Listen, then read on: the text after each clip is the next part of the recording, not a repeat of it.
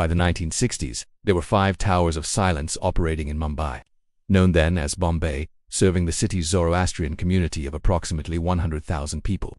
The towers sat on 54 acres of prime real estate on Malabar Hill, surrounded by dense tropical gardens that had been carefully cultivated to hide what happened inside from the expanding city below. Every week, between 10 and 15 bodies were carried up those ancient stairs, and every week the vultures came to perform their duty. The system had worked flawlessly for centuries, but in the early 1990s, something began to go terribly wrong. The vultures started dying. It began quietly, with birds found dead at the base of the towers, their bodies twisted in positions that suggested they had fallen from the sky mid-flight. Then the numbers started to increase. By 1995, observers noticed that fewer vultures were arriving at the towers, and those that did come seemed disoriented, sluggish. By 1998, the vulture population in India had declined by over 95%. Scientists scrambled to understand what was happening, and what they discovered was both mundane and catastrophic. Indian farmers had begun using a veterinary drug called diclofenac to treat their cattle. When those cattle died and their carcasses were left in fields, vultures would feed on them. The drug, harmless to cattle, was utterly lethal to vultures, causing kidney failure within days of consumption. The same birds that had been consuming human remains for millennia were now being poisoned by the livestock they scavenged between ceremonies. For the Zoroastrian community, the disappearing vultures created an impossible situation. The bodies were still arriving at the towers, but now they lay there for weeks, sometimes months, slowly decomposing in the tropical heat. The smell became overwhelming. Residents in the luxury apartments that had been built near Malabar Hill began complaining.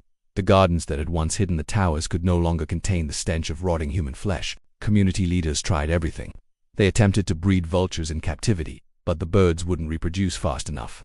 They installed solar concentrators, massive mirrors designed to focus sunlight onto the bodies to speed decomposition, but the technology was insufficient. They even considered importing vultures from other countries, but no solution could match the efficiency of the natural system that had been destroyed. During this crisis, investigators made a disturbing discovery. Some Zoroastrian families, desperate to honor their traditions, had been secretly bringing bodies to the towers at night. Even after the practice was officially suspended in 2000, they could unaccept that. Their ancient ritual had become impossible, that the sacred covenant between their people and the sky had been broken by something as prosaic as veterinary medicine. Archaeological surveys conducted in 2004 using ground-penetrating radar revealed that several of the towers contained far more remains than official records indicated, suggesting the clandestine burials had continued for years after the public ceremonies ended. The physical evidence from these final years is haunting.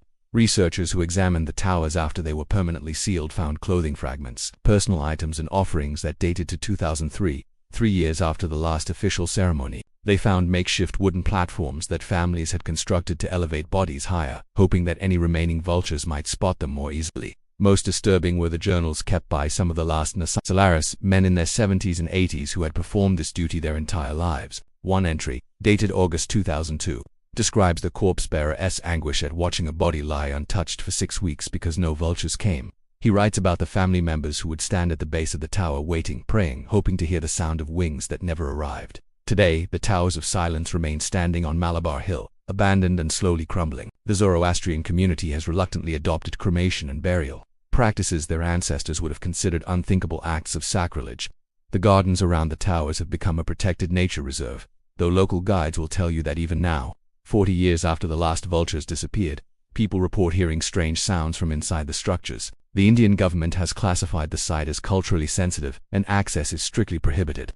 But in 2019, a team of documentary filmmakers received special permission to use drones to photograph the interiors of the towers for the first time since Terra Puravalla's images in 1970. What those aerial photographs revealed has never been publicly released. But members of the Zoroastrian community who reviewed the footage before it was sealed in archives have spoken carefully about what they saw. The towers are not empty.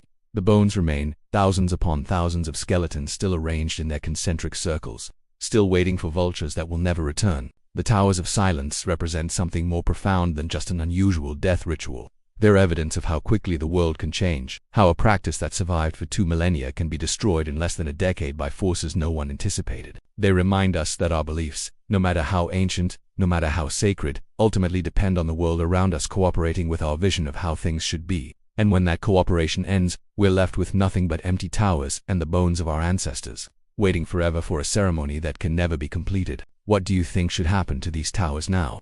Should they be preserved as monuments to a lost tradition, or should they finally be demolished? Drop your thoughts in the comments below. because this question matters more than you might realize. Sometimes the hardest part of honoring the dead is knowing when to let them go.